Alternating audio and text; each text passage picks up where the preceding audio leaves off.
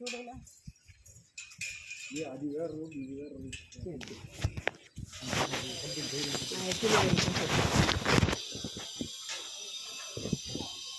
పక్కన పక్కన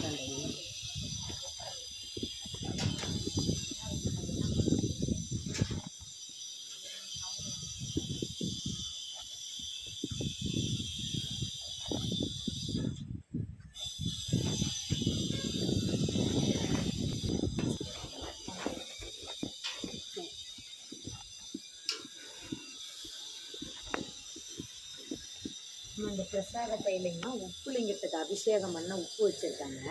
நாளைக்கு காலையில் வீட்டில் குளிச்சுக்கிட்டு தண்ணி உங்களுக்கு உங்கள் வீட்டை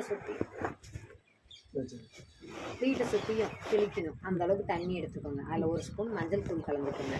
இந்த உப்பு லிங்கத்துக்கு அபிஷேகம் பண்ண உப்பு அதில் வச்சுருக்காங்க. அந்த உப்பையும் அந்த தண்ணியில் கலந்துக்கோங்க. கலந்துட்டு ஒரு மாயிலை வேப்பிலை உங்களுக்கு எது கிடைக்குதோ அதில் தொட்டு வீட்டை சுற்றியும் தெளிச்சு விட்ருங்க.